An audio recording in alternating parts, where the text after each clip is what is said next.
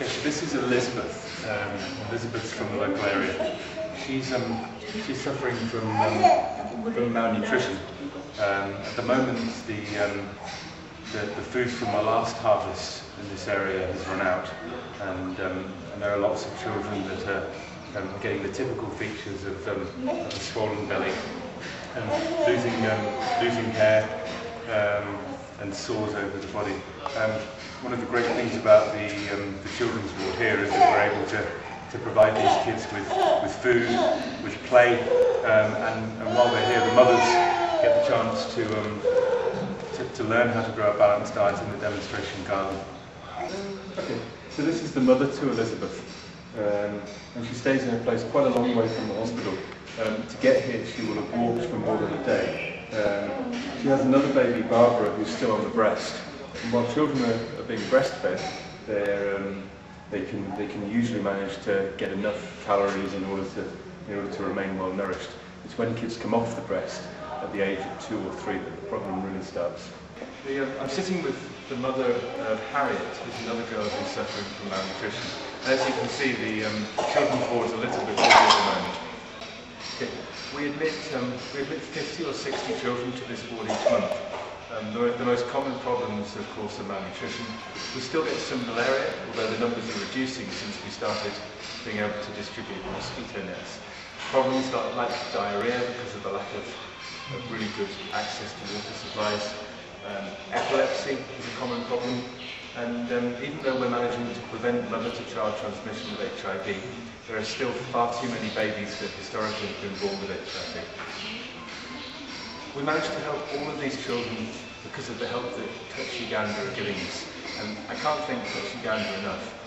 I've been working and living here for the last 3 years, and I've seen this build up from children being integrated with the adults on the adult ward to a point now where we've got our own children's ward. It's beautiful. We're actually able to make a real difference to these children, but we can only do it with the support that we're getting from Touch Uganda. So on behalf of all of the people here, thank you very much indeed.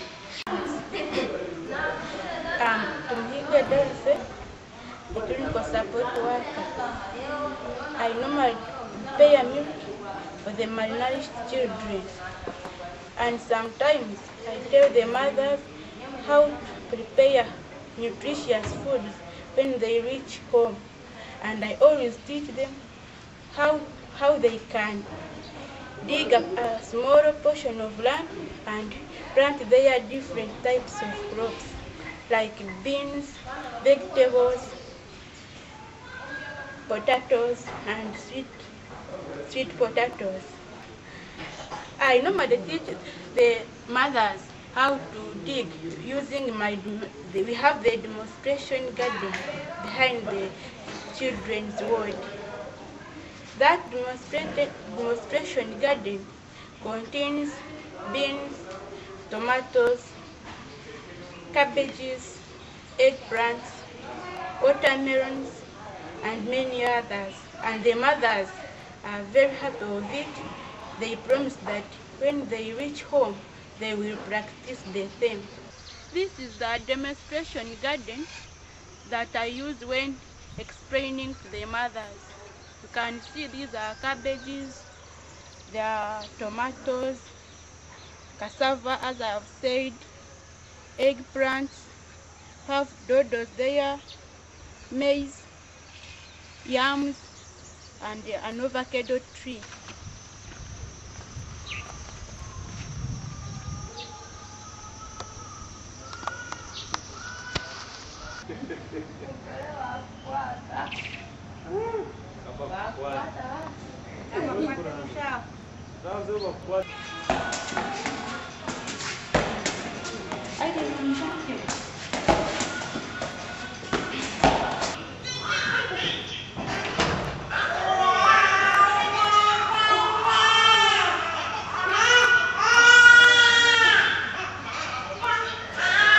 Okay, so another really important thing that we do at Windy Community Hospital is immunisations. And the mothers here have brought all of their newborn babies for immunisations to protect them against things like polio and measles, hepatitis. We're very good at encouraging mothers to come and bring their kids here. When they come, we actually use the opportunity for other activities. So Gershom behind me is one of our nurses. Gershom's actually teaching them about family planning or birth control. This is a key time to try and encourage women who just had one baby to at least plan their next pregnancy. We try and encourage women to wait at least 2 or 3 years before they have their second, third or fourth child. And we try and encourage people not to have more than 4 children.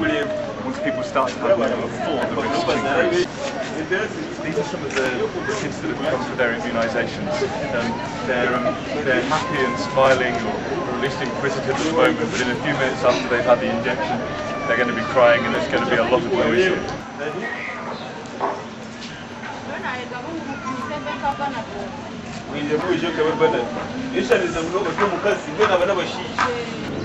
Thursday is one of the busiest days in the hospital.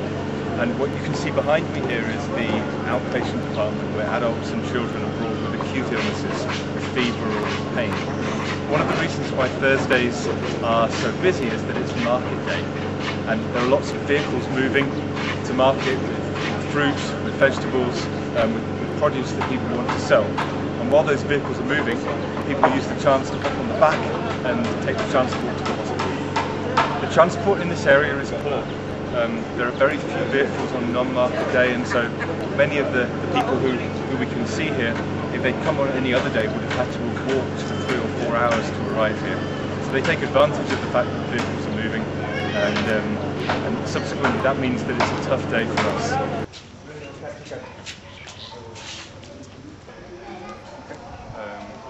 You're saying that babies that are born with HIV don't get treatment? I'm called Evelyn. I'm a midwife who is in charge of PMT's prevention of mother-to-child transmission. I'm here with patients and her mother who were taken care of by me during pregnancy, but when she delivered, she found that the baby was positive after delivery.